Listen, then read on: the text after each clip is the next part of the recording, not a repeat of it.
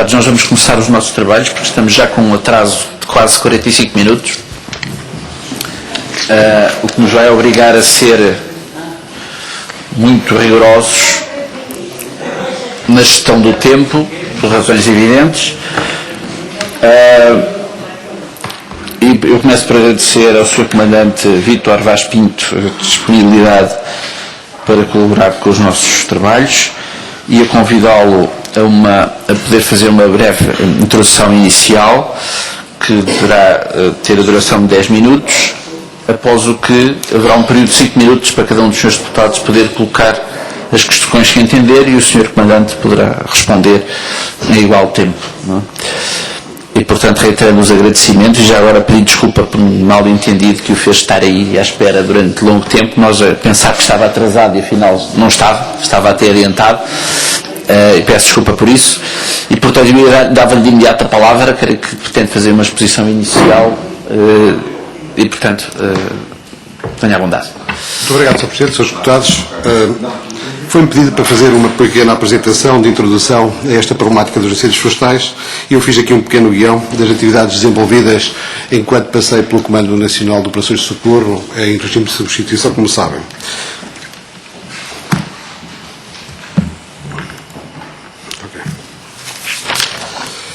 Assumi as funções de Comandante Operacional Nacional em regime de substituição a 9 de março de 2011, as quais exerci até 5 de dezembro de 2012. Assumi estas funções num contexto bastante complicado e inesperado, resultante de um processo disciplinar ao ex-comandante nacional João Martins, como sabem. O primeiro desafio que foi montarmos em 39 dias o dispositivo especial de combate a incêndios florestais para 2011. Assim, face à impossibilidade de alterar as condições meteorológicas, também o quadro legal vigente, as restrições financeiras, à data, o ordenamento dos espaços florestais e rurais, só nos restava potenciar os meios e recursos disponíveis, aumentando a eficiência e mantendo a eficácia, isto é, fazer mais e melhor com menos custos. Pela primeira vez, o dispositivo contou com contributos dos atores de todos os patamares da estrutura de proteção civil, de forma a criar um sentimento de pertença e um espírito de corpo à dimensão de uma resposta operacional exigente, com uma diversidade incomparável de diferentes entidades para a única missão. A redução dos 15 meios aéreos exigiu medidas compensatórias de forma a que, pelo menos, pudéssemos manter a eficácia no ataque inicial, o que foi claramente conseguido, porque nesse ano obtivemos um resultado de 93% dos incêndios dominados em ataque inicial. Esta redução foi, de facto, muito significativa e originou várias medidas compensatórias que tiveram que ser tomadas. De forma a suprir os constrangimentos identificados na campanha anterior, nomeadamente a situação particular do Parque Nacional da Peneda do Gerês, o balanceamento de meios, obrigando os meios a percorrer grandes distâncias, a organização dos teatros de operações, principalmente aqueles mais complexos, a recuperação da capacidade de ataque inicial. Foram pré-posicionadas forças no Parque Nacional da Peneda do Gerês, em locais estratégicos, onde é que se mantiveram durante as fases Bravo, Charlie e Delta. De forma a ultrapassar a falta de especialistas das equipas Golf, foi preciso concertar com a Direção-Geral das Florestas na altura, a integração nestas equipas de bombeiros, da Força Especial de Bombeiros, de forma a poder operacionalizarmos estas equipas. Foram reorganizados os meios de reforço e a constituição dos grupos de reforço com base nos corpos de bombeiros profissionais para a defesa de aglomerados populacionais. Foram também constituídas equipas de posto de comando, devidamente formatadas e treinadas, de forma a suprir o constrangimento identificado nos teatros de operações mais complexos. Além disso, incrementamos recursos tecnológicos em prol de uma maior prestação de apoio às operações, por exemplo, a uniformização de todos os veículos de comando e controle a nível nacional, porque cada um estava dotado com equipamento muito próprio e era sempre difícil, em teatros de operações, quando havia deslocação de operacionais, poder operar com aquele equipamento. O sistema de proteção civil, na minha opinião, deve ser um sistema evolutivo e de aprendizagem contínua, estando aberto a incorporar novos ensinamentos e novos conceitos. Pela primeira vez, numa metodologia tão abrangente, materializou-se um processo de lições aprendidas em 2011, com a implementação imediata de medidas corretivas. Fruto da contínua avaliação, foram elencadas 103 medidas corretivas distribuídas por 26 ações, agrupadas em 4 vetores de atuação. Mas o problema reside e é estrutural, e ainda que o sistema seja aperfeiçoado, estamos simplesmente a implementar mutações conjunturais. A aplicação de medidas corretivas fortaleceu o dispositivo, sem dúvida, suprindo alguns constrangimentos e mitigando algumas fragilidades. No entanto, cada fragilidade, cada constrangimento detectado constitui uma oportunidade de resolver os problemas, alguns dos quais sustentados no tempo. Peço desculpa, não estava a passar aqui, eu estava a ler aqui, não estava a passar. Peço-vos imensa desculpa, mas eu depois posso deixar cá a apresentação e estou disponível para falar. Peço imensa desculpa, porque realmente, a ver se eu consigo agora acertar o slide, peço imensa desculpa por isto, não tinha percebido. Eu já estava aqui neste slide, exatamente, peço desculpa, não me apercebi que não estavam a passar os slides por este. Portanto, aqui, nesta fase, deixei ao Sr. Ministro da Administração Interna e aos atuais Presidente da Autoridade Nacional de Proteção Civil e Comandante Operacional Nacional um memorando da minha perspectiva sobre as adaptações que considero pertinentes na organização de uma resposta no âmbito da proteção e socorro, que naturalmente está generalizado e abarca toda a dimensão da proteção civil, mas que tem reflexos naturalmente no combate aos incêndios florestais. Terminei as minhas funções de Comandante Operacional Nacional a 4 de dezembro de 2012, tendo regressado ao meu lugar para terminar a Comissão de Comandante Distrital de Operações de Socorro de Faro, onde é que me mantenho até à presente data. Elenquei aqui algumas das preocupações que identifiquei no período em que transitoriamente exerci as funções de Comandante Operacional Nacional, nomeadamente o combate nas situações de exceção, a vulnerabilidade da estrutura operacional às influências externas nas tomadas de decisões, principalmente na dimensão política, a rotatividade anual dos elementos que integram as equipas de combate a incêndios e as equipas de apoio ao combate, a rotatividade dos quadros de comando dos corpos de bombeiros, a operacionalização e operacionalidade, naturalmente, dos GALF, o dispositivo dos meios aéreos, a Força Especial de Bombeiros e os jipes da GNR, o dispositivo de maquinaria pesada, a sustentação logística das operações, a preparação diferenciada do nível das forças. Esta prestação é, de facto, em sede do teatro de operações, muito notória, a partilha das responsabilidades entre as tutelas políticas e operacionais no âmbito do Sistema Nacional de Defesa Floresta contra Incêndios, as metas do plano, estabelecidas no Plano Nacional de Defesa Floresta contra Incêndios, na minha perspectiva, não são execuíveis. Fazem previsibilidade e independência das suas variáveis. A definição da política do setor baseada em ciclos eleitorais também não me parece, é uma preocupação.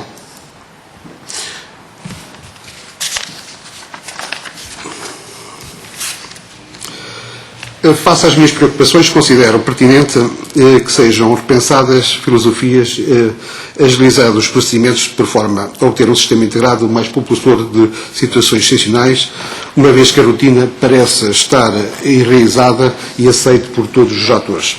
Por isso, selecionei um conjunto de considerações que, direta ou indiretamente, influenciam o combate aos incêndios florestais. Ajustar os níveis de atuação de proteção civil à realidade do país, quer o nível nacional, o nível regional e o nível municipal, definir políticas a médio e longo prazo para o setor, criar uma carreira de gestores de emergência para ocupar lugares na estrutura operacional, adequar a formação e o treino às necessidades da resposta, consolidar a ponte da cooperação com as Forças Armadas, ao nível principalmente da logística e do reforço especializado, como é o caso das máquinas de rastro, envolver e responsabilizar o patamar municipal ou através das CIMs, promover uma base sustentada de informação científica de apoio à decisão operacional, utilizar o fogo de gestão mesmo no período crítico, equilibrar e clarificar as competências da Força Especial de Bombeiros e dos jipes da GNR. E eram estes os pontos que eu elenquei.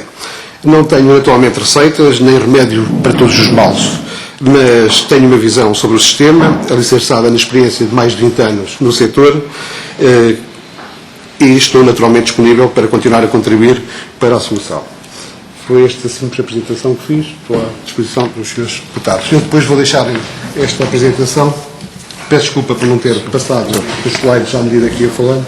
Muito obrigado pela sua apresentação e também pelo cumprimento escrupuloso do tempo, e estou certo que os seus deputados vão seguir o exemplo.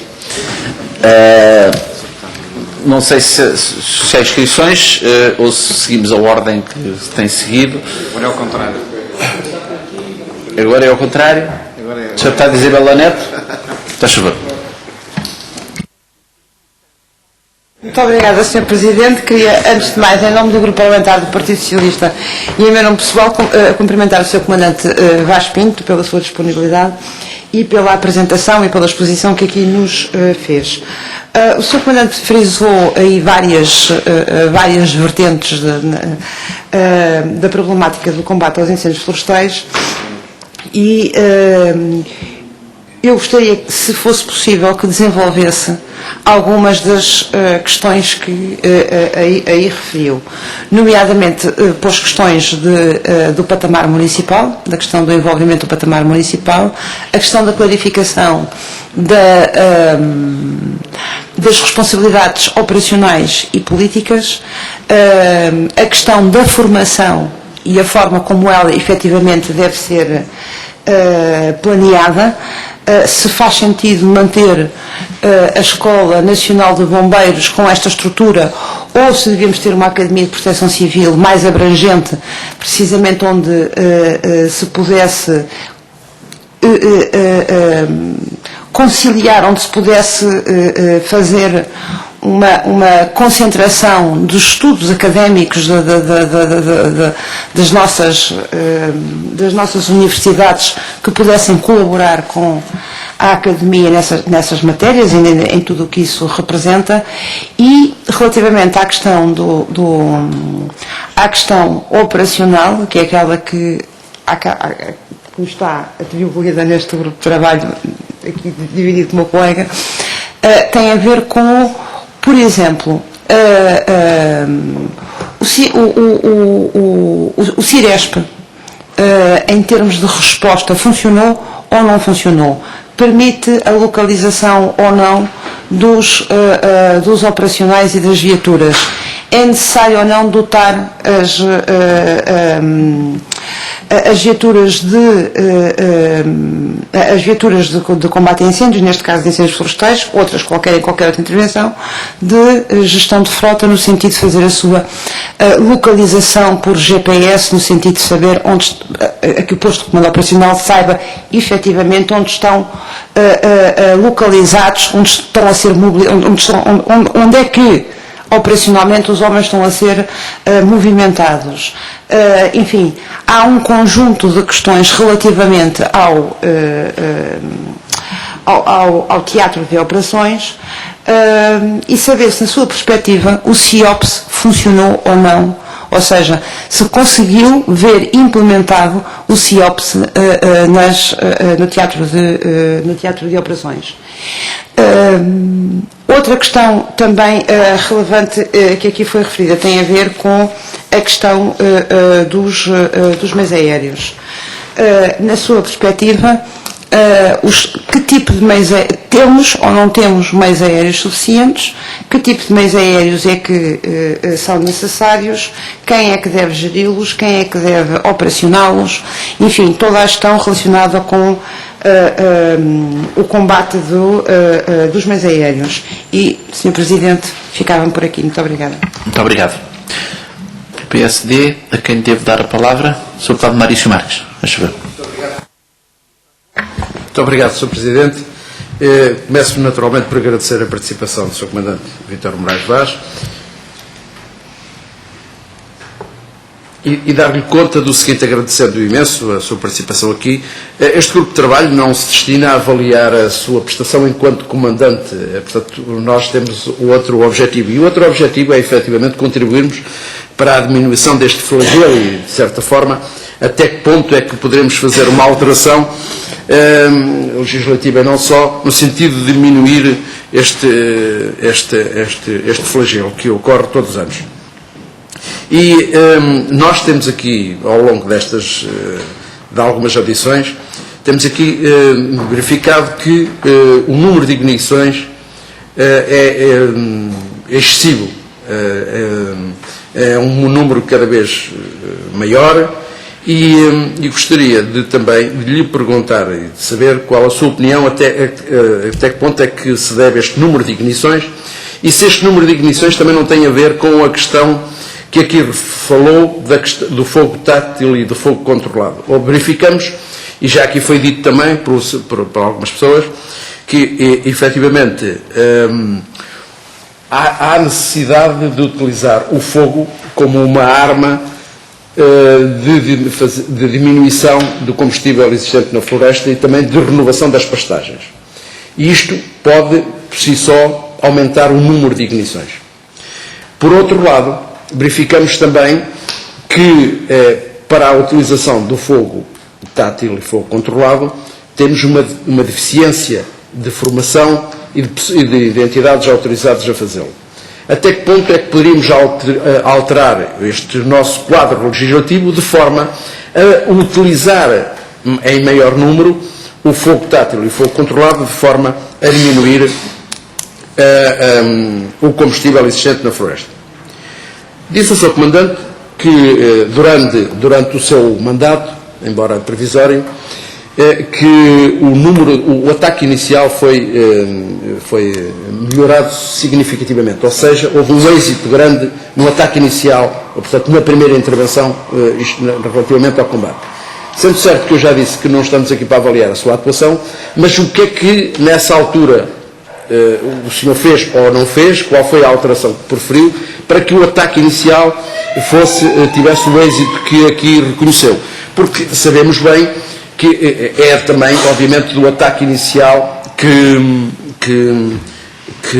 onde se combate, onde se evita que um grande incêndio propague. Por outro lado, temos vindo aqui a falar do combate e dos meios aéreos, mas não falámos ainda muito aqui da prevenção. E o senhor, no documento que aqui faz referência às Forças Armadas e, eventualmente, e até também, estou a ver, à utilização de máquinas de rastros. Eu próprio também considero que a utilização de máquinas de rastros na floresta, e nomeadamente para a manutenção das redes primárias, quando elas existem e a sua conclusão, seria extremamente benéfico. Até que ponto é que o Sr. Comandante acha que o país deveria investir mais neste tipo de equipamento pesado, não tanto que também é utilizado no combate, serviria no combate, mas serviria também na prevenção? É porque muitas das vezes nós, nos incêndios, falamos muito de meios pesados no combate e da necessidade ou não do Estado ter equipamentos pesados para combate, nomeadamente meios aéreos. Mas sabemos que os meios aéreos que o Estado possa ter ou não ter, e se os tiver de modo próprio, têm um custo associado ao longo de todo o ano. E eles são apenas produtivos apenas um período muito curto do ano. Sendo que equipamento pesado, nomeadamente máquinas de rastros, esse tem também um custo associado, mas poderia ser utilizado de todo o ano, num período de defesa, num período não crítico, na prevenção e na manutenção da rede primária e não só, e na limpeza propriamente, e também, obviamente, no combate. Até que ponto é que o Sr. Comandante acha que deveríamos privilegiar um em detrimento do outro? E fico-me por aqui, usando da... Obrigado. O Sr. Deputado Helder Amaral, tem de intervir, faz favor. Muito obrigado, Sr. Presidente. Cumprimentar o Sr. Comandante Vítor Maras Vaz. Serei muito rápido, até porque as perguntas interessantes estão feitas. De qualquer das maneiras, queria só precisar aqui de um ou dois aspectos. Falou no balanceamento de meios e prendendo com a necessidade que passou aqui as várias bancadas, da necessidade de termos meios, que tipo de meios, em quantidade e aonde, a percepção que se tem é que de facto nós fazemos um esforço, que não sei se está quantificado, de balanceamento de meios.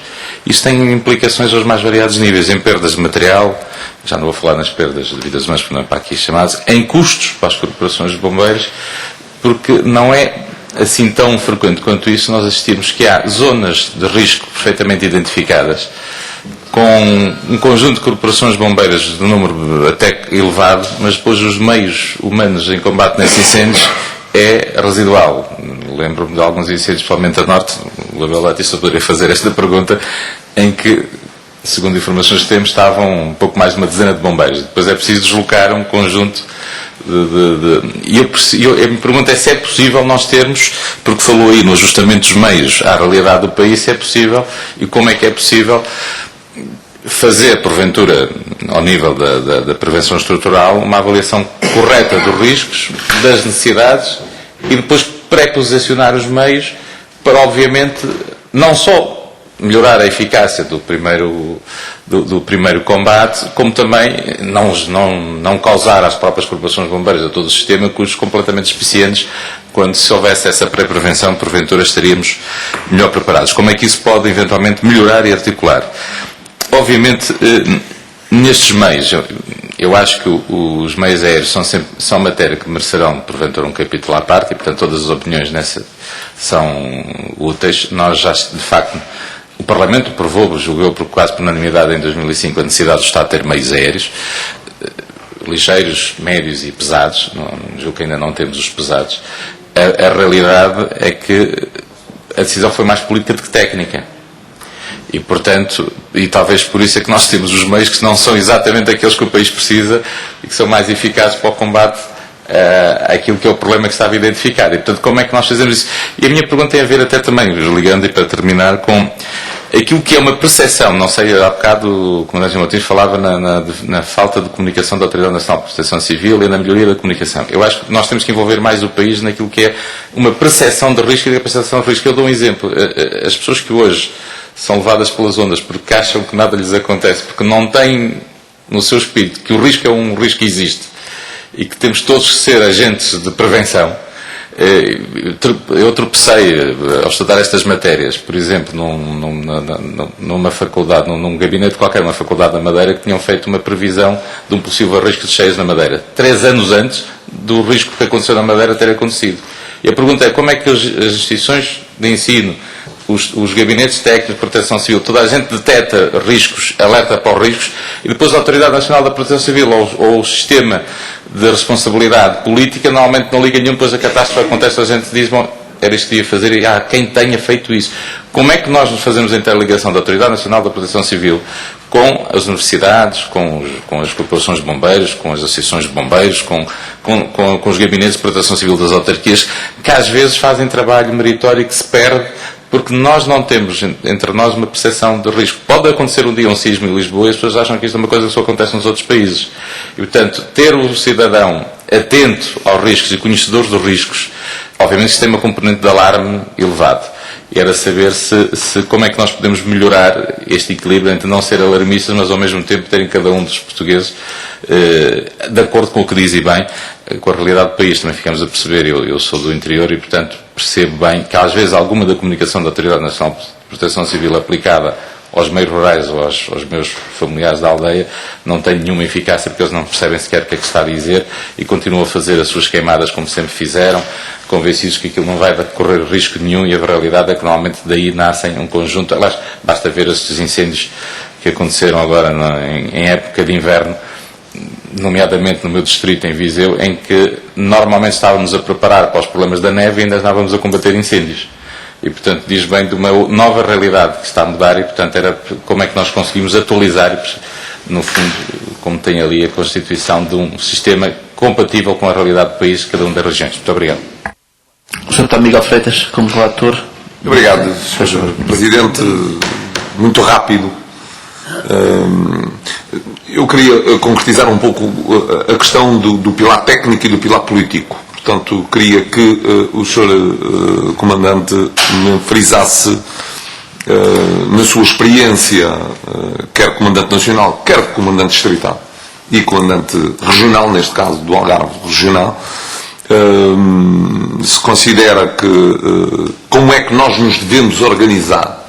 Quer dizer, se esta organização que está criada de 5 regiões excêntricas às regiões plano, na sua opinião, é a melhor solução ou se devemos evoluir para outro modelo, e a criação do CADIS, que é uma questão específica, nova, que gostava já agora, como é CADIS e Codiz, eu gostava que desse-me também a sua experiência sobre a criação dessa figura, se ela serviu objetivamente ao sistema, da forma como está ou como é que ela pode evoluir. Naturalmente, o sistema está sempre em evolução e, portanto, gostava que nos pudesse concretizar um pouco melhor, pudesse concretizar agora na sua intervenção também essa nova estrutura. Muito obrigado. Sr. Comandante, dispomos de 20 minutos. Muito bem, Sr. Presidente. Eu não sei se tomei nota de todas as questões, se por porventura não responder alguma, façam o favor de repetir a pergunta. Bom, vou tentar responder às questões que me colocaram de forma objetiva e direta. Bom, eu estou habituado a executar políticas, não a definir políticas. Naturalmente, me mereço sobre o sistema, já ando cá há muitos anos, mas eu executo políticas. Também faço estudos de caso e de análise e, portanto, aquilo que eu vou dizer é a minha opinião pessoal, independentemente daquilo que eu faço no dia-a-dia, no trabalho. Muito bem. A Sra. Deputada Isabel pergunta-me sobre a questão da proteção civil. Eu só entendo a proteção civil assente em dois pilares. Um pilar político e um pilar técnico. Ou então tínhamos aqui outra coisa qualquer. Uma defesa civil, outra coisa qualquer. Em que, em todos os níveis da proteção civil, na minha perspectiva, devia haver um patamar técnico e um patamar político. Em todos os níveis da estrutura da proteção civil. Não sei se com esta resposta fui claro em relação a isso. Há vários modelos que podemos adotar. Eu, no documento, no memorando que deixei, quando fui embora, entreguei ao Sr. Ministro e ao Sr. atual Presidente do Sr. Comandante Nacional, preconizava que o sistema de proteção civil retraísse para as regiões, para as NUTs 3, para as 5 regiões. E entendia, que ao nível dos bombeiros, que era preciso criar a figura de comandante distrital de bombeiros. Portanto, manter no distrito o comandante de bombeiros e retrair a proteção civil para situações de mais extensão para o nível regional. Porque aqui tínhamos um pilar que hoje já não existe no distrito, mercê destas reformas que o país tem vindo a assistir. E, só para dar um pequeno exemplo, o Centro de Coordenação Operacional já não consegue, em alguns distritos, ter representação dos oficiais obrigatórios a estar no CCO. Por outro lado, também para ser mais objetivo, ao nível distrital. Por outro lado, para ser mais objetivo, o comandante distrital de operações de socorro da proteção civil faz uma coordenação operacional e, simultaneamente, faz uma coordenação política. Portanto, com a extensão da figura dos seus governadores civis que faziam a coordenação política, os atuais comandantes distritais fazem a coordenação política, fazem a coordenação institucional e a coordenação operacional. E eu acho que, em situações de rotina, isto é perfeitamente viável, não há qualquer problema. Em situações de exceção, a situação pode vir, como já se verificou em alguns casos, muito complexo. E depois há sempre ali umas pessoas... Não queria falar de casos concretos, mas é natural que vocês todos assistiram a algumas situações, por exemplo, o Algarve, para não falar mais de um distrito, que é um distrito que eu já estou lá há algum tempo, onde é que o Sr. Deputado Miguel Freitas é oriundo, o incêndio de Catraia de Vira o ano passado. Foi muito badalado aí na comunicação social, que teve consequências muito gravosas, bom, enfim, disse muita coisa, e permite uma expressão, de muito treinador de bancada, que não costuma treinar com os jogadores e se calhar nunca foi jogador de futebol. Disse muita coisa. Eu, pessoalmente, considero que aquela operação de proteção civil foi a maior deste sistema integrado de operações de proteção e socorro que está implementado em Portugal, foi executada em todos os níveis, com muito profissionalismo e com muita sapiência. O comandante das operações de socorro, que naquele momento era o comandante distrital de Faro, o comandante Abel, que em boa hora definiu a estratégia e os objetivos para aquele teatro de operações. Primeiro defender as pessoas, depois defender o edificado, os bens das pessoas e depois o ambiente, em boa hora o fez, em cooperação com a Guarda Nacional Republicana e com a coordenação que ali foi possível fazer. O resultado, guardaram 20 e tal mil hectares, quase 30 mil hectares, é verdade, dos quais apenas 5 mil são de floresta. Mas o que é verdade também é que tivemos 0 mortos, 0 feridos entre os combatentes e entre a população residente. E aquele incêndio desenvolveu-se numa área muito particular. Aquilo é a Serra do Caldeirão, é uma serra que é muito vulnerável aquele tipo de ocorrências, que os incêndios têm uma dinâmica muito própria naquele espaço, e isto historicamente está registado, e a população sabe, as pessoas que vivem lá e que perderam os seus bens em poucas horas, sabem disto tudo, porque convivem com aquilo. Há planos, havia planos para todo lado, havia planos de defesa da floresta, quando há incêndios havia planos de tudo, mas na verdade, no terreno, havia muita coisa que faltava. Aquilo que está planeado, do ponto de vista científico, nem sequer pronuncia sobre isso, com certeza que terá bem planeado, o que é verdade é quem tem que depois de resolver o problema. Quando tudo falha, as coisas nem sempre acontecem. E depois há sempre umas pessoas que dizem, o malandro do Comandante Nacional é que foi o maroto com aquilo, que não teve ali competência para gerir aquilo. Depois dizem umas coisas, e como não há resposta, como não há ninguém a contradizer, dá a impressão que aquilo que algumas pessoas dizem que é verdade. E que tem a solução para todos os problemas, tem remédio para todos os males. Quando não é verdade. Esta problemática dos incêndios florestais é uma problemática muito complexa, que não se compadece, como eu já disse há bocado, nem de ciclos políticos, e que tem que ser vista a longo prazo. O ordenamento florestal, e eu não sou florestal, portanto, não estou muito à vontade para isso, nem preciso de ser, para perceber que não se consegue fazer de um dia para o outro. Eu consigo montar um dispositivo de combate aos incêndios florestais, desde que tenha dinheiro, o melhor que há no mundo. Mas não é por montar um dispositivo de combate aos incêndios florestais, o mais sofisticado que for, com o mais numeroso que seja, há de chegar a uma altura que os meios vão ser finitos e que não há meios para responder a tudo. E o país não se pode preparar para uma situação que um dia vai acontecer com certeza. Mas não sabemos quando é que vai acontecer. Nós temos que nos preparar para o cotidiano, para o dia a dia. E responder a situações de exceção com medidas de exceção. Agora, temos de ter o mínimo para poder fazer face ao trabalho do dia a dia. Isto é que nós temos que ter. E temos que saber, cada um, quais é que são as responsabilidades que tem a cada momento. O que não podemos estar aqui é com estas conversas e alimentar não sei como, falta-me aqui um termo para classificar aqui esta história aos quadradinhos, que muita gente, por motivos diversos, não quero também acreditar a especificar, continua a falar destas coisas, porque isto envolve muita coisa, como os senhores sabem, não vale a pena estar aqui a esquematear estas coisas, estamos aqui no Parlamento, na Casa do Povo, estas coisas também têm que ser ditas. Esta questão dos incêndios florestais toca em muitos interesses, isto toca em muitas áreas, e quando se mexe em qualquer ponto, isto é sempre muito complicado de fazer qualquer alteração. Muito complicado. Portanto, esta questão, na minha perspectiva, ao nível do Estado português e da nação, é tão importante como a segurança. E no futuro, a gente tem que estar preparado para situações de exceção que cada vez vão ser mais grafosas, quer ao nível dos florestais, quer ao nível de outras catástrofes. E o sistema tem que estar rotinado e treinado. Não adianta estar aqui a adquirir competências se depois essas competências não são treinadas. Não vale a pena.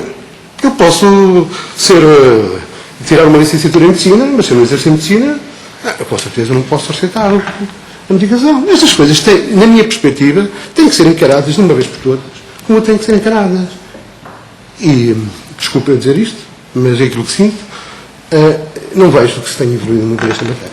E quando se dá um passo, há sempre alguém que levanta ali uma barreira muito grande para contornar este obstáculo. Portanto, esta questão da proteção civil e dos incêndios florestais em particular, que infelizmente todos os anos tem-me a repetir-se e todos os anos temos desculpem-me a expressão, esta praga dos incêndios florestais, não é? Que se o ano corre muito bem, a gente arranja aqui os indicadores de desempenho muito interessantes e explica sempre como é o aspecto positivo da avaliação, o que é natural, todos nós fazemos isso. Mas eu acho que isto tem que ser visto noutra perspectiva. Não se pode ser visto na perspectiva que tem sido visto até aqui. Porque nós estamos aqui com terapêutica, mas não vamos lá ao problema, à raiz do problema. Esta é a minha modesta opinião e ando neste setor há 20 anos, mas confesso que já começo a ficar um bocado cansado desta área. Ainda tenho disposição para ajudar e estou confiante que as coisas possam mudar e estou esperançado que assim seja. E espero que esta Comissão de facto possa contribuir para a alteração e para melhorias do sistema, porque o sistema é um sistema evolutivo, o sistema não se pretende que o sistema é acabado, não há nada acabado na vida. O sistema tem que ser adaptado às situações que nos vão sendo colocadas diariamente. Agora, quando um comandante distrital assume uma determinada função e tecnicamente entende que a decisão mais adequada é aquela. E depois, porque a autoridade política do município X, e bem, que eu fosse Presidente da Câmara do município X, também defendia o meu município, em detrimento do outro. Mas o interesse geral tem que estar acima do interesse individual. E estas coisas influenciam de que maneira no desenvolvimento das populações. Peço desculpa por me ter largado um bocadinho, se calhar falei mais do que devia, mas proporcionou-se responder a isso. Bom, minha senhora deputada, em relação à questão da formação. A questão da formação também é uma pergunta. Podemos estar aqui toda a manhã a falar sobre esta questão da formação. É muito simples. A formação, acho que há formação. O que há, e é por isso é que pus este slide aqui, o que falta é treino operacional. Porque a gente dá formação a muita gente. Agora o problema é saber se estamos a formação às pessoas que vão para o terreno. Nós temos um curso para combate a incêndios na frente de fogo. Eu não tenho a certeza que a pessoa que vai receber esta formação vai para o teatro de operações. Este é que é o grande problema. O problema é que gastamos muito dinheiro a dar formação, que eu não sei se depois isto tem retorno. A gente dá formação, apresenta as estatísticas, gasta dinheiro, esta coisa toda. Mas depois o retorno. Há uma rotatividade dos bombeiros, por exemplo, que é a espinha dorsal do sistema de combate aos incêndios, muito grande. Porque as pessoas têm, hoje, os bombeiros de hoje não são os mesmos bombeiros de há 30 anos atrás, nem 40. É preciso perceber a evolução da sociedade e é preciso adaptar estas coisas. Nós não podemos ter um dispositivo desenhado, por exemplo, na área, há bocado alguém me perguntou da questão das regiões, as acessibilidades de hoje não são as mesmas que eram há 20 anos atrás, nem há 30 anos atrás. Hoje eu sou de Bragança, eu consigo daqui a Bragança em 4 horas e pouco, 5 horas. Antigamente, eu para chegar, quando ia para o Algarve, com o meu pai, demorava uns 3 dias a chegar ao Algarve. Hoje demora 6 horas. Não se pode ver isto tudo pelo mesmo diapasão. Temos que perceber o que é que mudou. Temos que perceber quais são as tecnologias e as ferramentas que temos à nossa disposição para melhorar. Mas de uma forma honesta. Não se pode estar aqui com discursos hoje de uma maneira. Eu vejo e assisto frequentemente alguns comentadores que hoje dizem uma coisa e depois a seguir dizem outra, depois no dia seguinte adaptam ali o discurso à situação. Eu não tenho pouco jeito para isso. Tenho muito pouco jeito para isso. Portanto, Sr. Deputado, em relação à formação, eu acho que, e esta foi uma situação, eu sei que não estou aqui para ser avaliado, sou deputado pelo trabalho que desenvolvi enquanto Comandante Nacional, mas foi-me pedido para fazer uma apresentação, e foi isso que eu fiz, não sei se calhar fiz mal, mas de qualquer das maneiras, foi necessário implementar este ano operacional, eu coloquei aqui este slide, exatamente por isso, onde é que passaram 5.333 operacionais, para exatamente exercitar os conhecimentos que adquiriram na formação, é o saber fazer. E isto, se calhar, não era ao Comandante Nacional, nem aos comandos regionais, nem à NPC, que competia fazer isto. Isto, se calhar, compete aos comandantes da GNR, ao comandante dos bombeiros, ter o seu pessoal pronto. Mas a verdade é que nós, para respondermos, o dispositivo tem uma heterogeneidade muito grande. Eu disse aqui, nesta breve apresentação, que a resposta é muito diferenciada.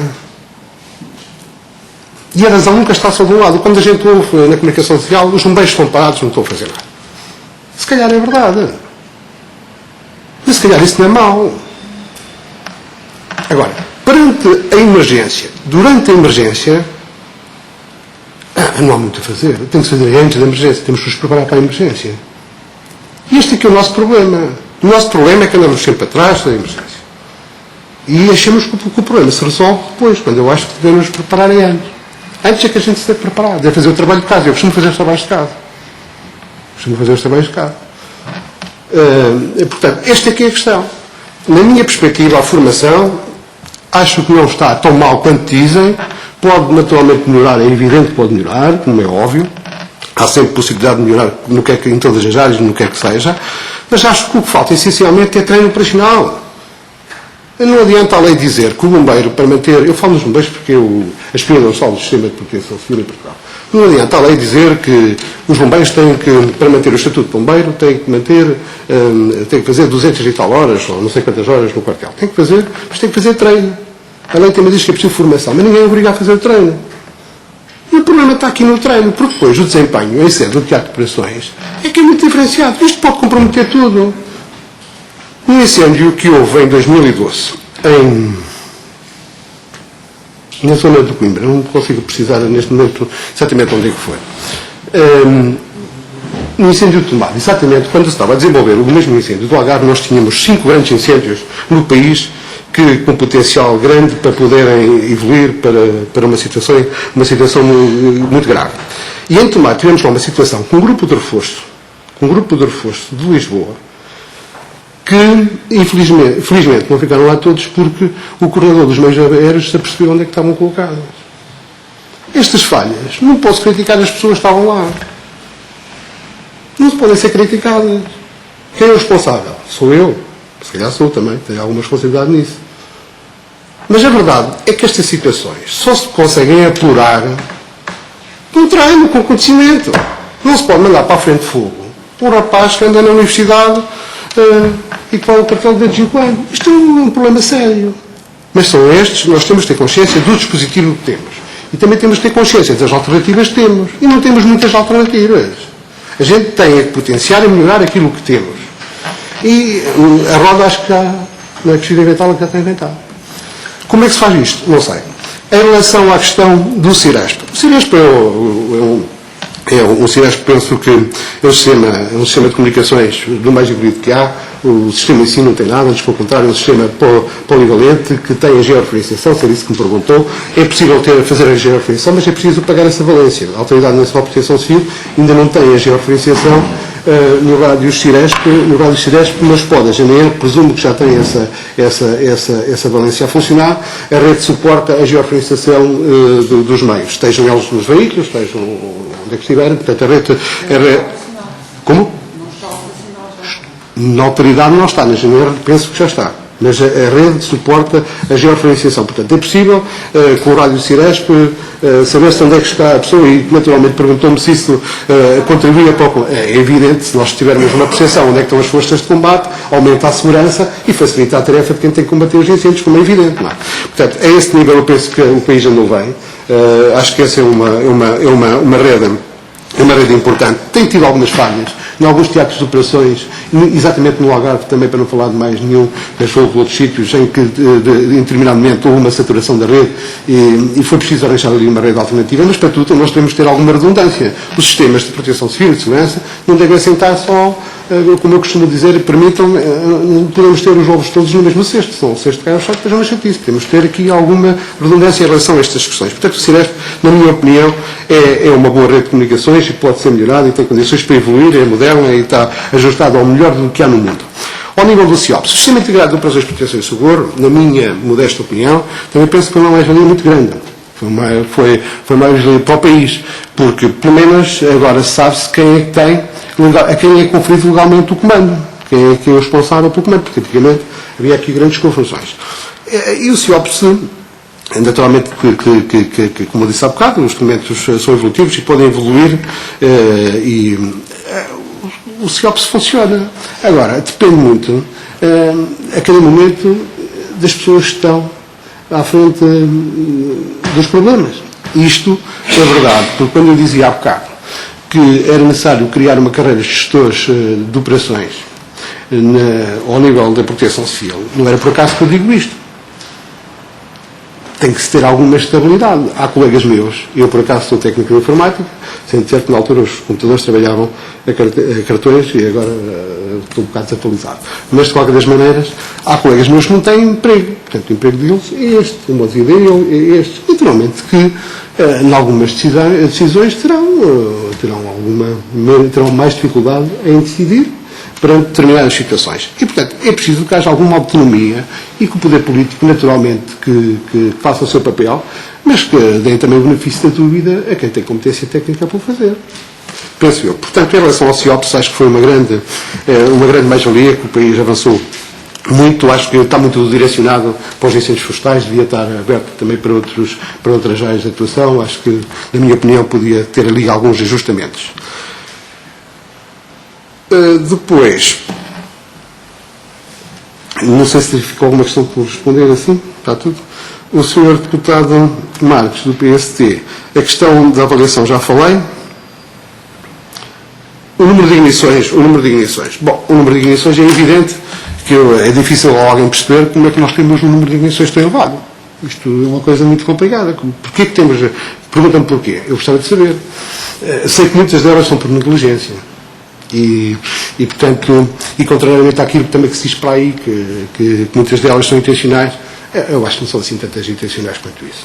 Bom, mas de qualquer das maneiras, a questão das ignições é evidente que é o grande problema. Se nós tivéssemos um número mais reduzido de ignições, nós tínhamos mais condições de ter sucesso no combate, como é evidente. Isto é simples de perceber. Agora, o porquê destas ignições? Isto tem a ver com cultura da população, mas devo-lhe dizer, em abono da verdade, que isto evoluiu muito. Hoje a população é uma população que está muito mais esclarecida do que estava há uns anos atrás. Hoje as pessoas têm consciência também destas, quando ligam a televisão no verão, destas problemáticas, e acho que as pessoas estão cada vez mais a ter uma cultura de prevenção mais ajustada. Penso que tem evoluído bastante. Agora, de facto, temos aqui um grande número de ignições que eu não consigo explicar, e quem deve fazer a sensibilização é o patamar municipal, que deve, esse sim, conhecendo as pessoas, como o Sr. Deputado há bocado dizia, e agentes, é muito mais fácil perceber onde é que se pode fazer a intervenção, porque aquilo que é válido para Faro, se calhar não é válido para Bragança. O país é pequenino, mas as realidades são muito diferentes, podem crer. E, portanto, acho que há determinadas políticas que não podem ser abrangentes. Têm de ser direcionadas para situações em particular. E eu penso que a melhor forma de fazer prevenção é, de facto, ao nível municipal, o patamar municipal, se calhar é um bocadinho pequenino demais, mas talvez ao nível das comunidades intermunicipais, quiçá, penso que aí poderíamos ganhar. Portanto, eu penso que um grande número destas ignições, que eu não consigo saber qual é a origem, tem a ver com a negligência, com o uso do fogo. Também tem um problema, a questão do fogo. O fogo sempre existiu e vai continuar a existir. E depois esta questão de proibirmos o fogo por tudo e por nada, eu considero, naturalmente, que enquanto comandante tenho que apagar os incêndios todos. Mas há incêndios que até é benéfico que ardam. Há incêndios que não devíamos gastar dinheiro no combate aos incêndios, nem expor-nos demasiado, devíamos esperar por eles. Mas isso tinha que ser, tecnicamente, alguém que assumisse essa responsabilidade. Não é quem tem a responsabilidade de organizar o combate e fazer o combate. Tem que tomar esta decisão. Não se pode ser especialistas em todas as áreas. Ou há uma cartografia que permita esta decisão, ou então tem que haver um especialista da área que diga, olha, aquela área tem que arder, ou aquilo que está identificado lá no plano de ordenamento do território da Câmara, esta área que souber se existe aqui um fogo, é aqui que vamos concentrar o combate. Agora não, a gente tem que apagar os fogos. Para nós os fogos enquanto operacionais somos obrigados a apagá-los todos, e o mais depressa possível, e é isso que fazemos. Eu recordo-me, por exemplo, que em 2011, no Parque Nacional do Penedo Gerês, porque no ano anterior tinha havido um grande incêndio lá e foi criado um dispositivo próprio para a Penedo do Gerês, que tivemos durante 3 dias os camóveis a deitar água para baixo. Fazia muito pouco, mas pronto, era a única forma de lá chegar, não havia outra forma de lá chegar, as pessoas tinham uma dificuldade em chegar e tiveram ali hipotecado os helicópteros pesados durante alguns dias, porque era uma área protegida e porque, segundo os técnicos, era uma área que importava preservar. Não sei se conseguiu o objetivo ou não. Mas estas coisas, acho que cada vez mais temos que perceber os custos que estas operações envolvem. Para abreviarmos, já ultrapassamos o tempo. Peço imensas desculpas. Depois, a questão do fogo era que eu dizia que era alguém perguntou, o Sr. Deputado perguntou-me se a alteração do quadro logístico legislativo. Eu vi isso com bons olhos. Houve uma tentativa, na altura, por parte da Direção-Geral das Florestas, para alterar esta questão do fogo e do uso do fogo, e acho que era muito positivo que tal acontecesse e que ia facilitar muito a tarefa de quem tem que combater os incêndios florestais. No que respeita ao ataque inicial, o êxito, eu estava a me referir ao ataque inicial dos meios aéreos, porque nós reduzimos em 15 aeronaves, de 2011 para 2010, em 15 aeronaves, o que representou mais ou menos 8 milhões de euros. E o que eu me estava a referir é que a taxa de sucesso de 2011 foi superior a 2010. Mas podia ter sido pior. Mas isto é que são factos, são números. Conseguimos responder já no ano de 2012, tivemos de fazer uma ginástica muito grande em relação aos meios aéreos, apesar da taxa de sucesso dos meios aéreos também ser bastante grande. No que diz respeito às máquinas de rastro, eu sou um defensor das máquinas de rastro. E não só para os trabalhos de silvicultura preventiva, nem só para, mas também para o combate direto e para o combate indireto, mas também para o combate direto. Eu penso que era uma aposta que eu tentei fazer e fez-se, mas tinha que ser mais potenciada, tinha que ser tratada de outra maneira, tinha que ser tratada de uma forma mais profissional. Não foi possível legalmente, em 2012, contratualizar com uma associação de produtores florestais uma bateria de máquinas para pôr em todo o país. Mas o nosso objetivo era dar formação especializada aos operadores dessas máquinas para o combate aos incêndios florestais. Porque não adianta alugar uma máquina e pôr lá a máquina. É preciso preparar o homem para saber o que fazer e como fazer, e se for preciso, como fugir quando as coisas não estiverem bem. Portanto, é uma mais-valia. Penso que é um investimento que não é tão dispendioso como são dos meios aéreos. E penso que aí que era uma grande aposta durante todo o ano, porque há incêndios não só no verão, durante o ano todo. É uma mais-valia muito grande termos um dispositivo, eu falo aqui exatamente também, alguns no slide, num dispositivo especial de máquinas de rastro. Depois eu sou deputado anual do CDS, balanceamento de meias. Isto é uma problemática sempre complicada, balanceamento de meias. Balanceamento de meias é sempre uma situação muito complexa, porque os meios são sempre finitos e há determinadas situações que é difícil, por melhor estratégia que seja adotada, por melhor que as coisas estejam feitas, é difícil não falhar. Eu, quando vim para o Comando Nacional, tentei agrupar o país em três grandes áreas. Porque era impossível coordenar 18 pessoas. Eu não consigo, pode ser que alguém consiga.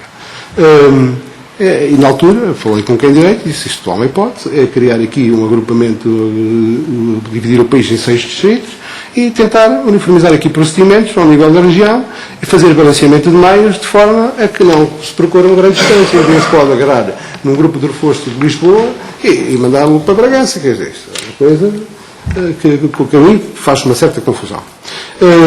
E, portanto, agrupamos o país em 6 distritos, em três áreas, cada uma com 6 distritos. E os resultados foram muito positivos, devo confessar. Contrariamente àquilo que me disse, foram muito positivos. Houve, de facto, aqui uma eficiência grande. Potenciou-se com os mesmos meios e recursos disponíveis, acho que se conseguiu fazer mais. E pareceu-me que tenho o sentimento que foi uma medida bastante bem conseguida. Portanto, o balanceamento de meios é sempre muito difícil de falar. Depois há sempre umas pessoas que dizem que os meios têm que ir por comboio, ou têm que ir por via marítima, ou têm que ir... estas questões são... Isto não vale a pena a gente falar nisso, porque... os meios têm que ir pela via normal, pela via terrestre. O país é pequenino. De leste a leste são 600 km, 600 e poucos km. Agora, naturalmente, os combatentes podem ir num autocarro e os veículos podem ir só com o condutor, que é aquilo que se tem feito ultimamente. Mas há sempre necessidade de balancear os meios. Não há forma de o fazer. O problema é quando nós temos, como tivemos em 2012, incêndios no norte, no centro e no sul.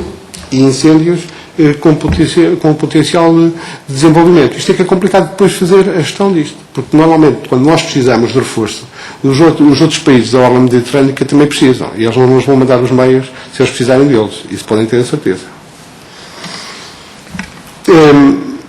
Ajustar os meios à realidade do país. Pois, eu penso que sim, penso que é possível fazer aqui um exercício e acho que se conseguia e que se ganhava muito se pudéssemos reestruturar esta área. Os meios aéreos do Estado. O Estado tem meios aéreos e pesados também. Tem os helicópteros pesados, os Camov. Não tem aviões pesados. Isso é que não tem. Né? Os tais falados Canadés, que são de facto, quando o incêndio atinge determinadas proporções, são de facto muito importantes e o país devia ser dotado de pelo menos 4 Canadés, tal como eu propus em 2011. Se houvesse possibilidade.